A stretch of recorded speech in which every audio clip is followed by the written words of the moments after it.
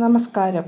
ഇന്ന് നമ്മൾ നോക്കാൻ പോകുന്നത് നിങ്ങളുടെ ആത്മവിശ്വാസം വളർത്താൻ എന്ത് ചെയ്യണം എന്ന് ടാരോട്ടിനോട് ചോദിക്കാം.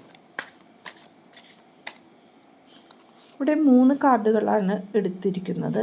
നിങ്ങളുടെ കറൻറ്റ് എനർജി, ബ്ലോക്കേജ്, നിങ്ങൾക്ക് വേണ്ട ഒരു ഗൈഡൻസും.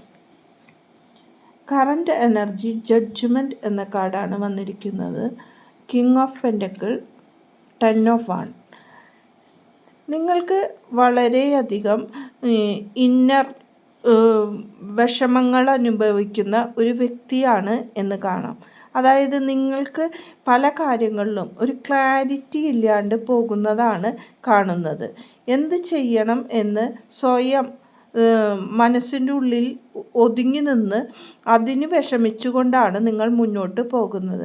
ആ വിഷമങ്ങളെ ആരുമായിട്ട് നിങ്ങൾക്ക് ഷെയർ ചെയ്യുവാൻ പറ്റാത്ത ചില അവസരങ്ങളും നിങ്ങളുടെ ഉള്ളിൽ കാണുന്നു.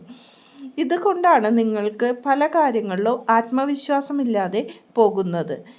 ആ ഒരു ഹീലിംഗ് അവസ്ഥയിലേക്ക് നിങ്ങൾ പോകേണ്ടത് ആവശ്യമാണ്. ഒരു ഇന്നർ ഹീലിങ്ങിന് വേണ്ടി പലരുമായി ചിലപ്പോൾ തുറന്ന് സംസാരിക്കേണ്ട അവസ്ഥയോ അല്ലെങ്കിൽ നിങ്ങൾക്കൊരു നല്ല വ്യക്തിയുമായി ഒരു കൂട്ടോ അല്ലെങ്കിൽ എന്തെങ്കിലും കാര്യമുണ്ടെങ്കിൽ ആ വ്യക്തിയുമായിട്ട് കൂടിച്ചേർന്നുകൊണ്ട് നിങ്ങളെ ഹീല് ചെയ്യുവാനും സന്തോഷിപ്പിക്കാനും സ്വയം ശ്രമിക്കേണ്ടതാണ്. നിങ്ങളുടെ ബ്ലോക്കേജ് എന്ന് ചോദിച്ചപ്പോൾ കിങ് ഓഫ് പെൻറ്റക്കിൾ എന്ന കാർഡാണ് വന്നിരിക്കുന്നത്.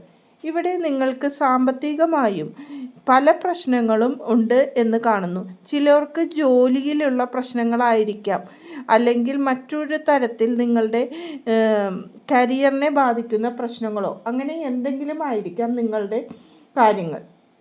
ഒരു സുരക്ഷത ഇല്ല ജീവിതത്തിൽ എന്നതാണ് നിങ്ങൾ പലപ്പോഴും ചിന്തിച്ചിരിക്കുന്നത്. ആ സുരക്ഷത എവിടെ ചെന്നാൽ കിട്ടുമെന്നാണ് നിങ്ങൾ ചിന്തിച്ചു കൊണ്ടിരിക്കുന്നതായി കാണുന്നത്.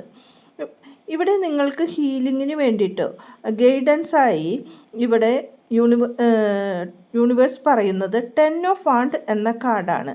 ഇവിടെ വാണ്ട് എന്ന് പറഞ്ഞത് നിങ്ങളുടെ അഭിനിവേശവും ആത്മവിശ്വാസവും വളർത്തേണ്ട അവസ്ഥയാണ് ഇപ്പോഴുള്ളത്.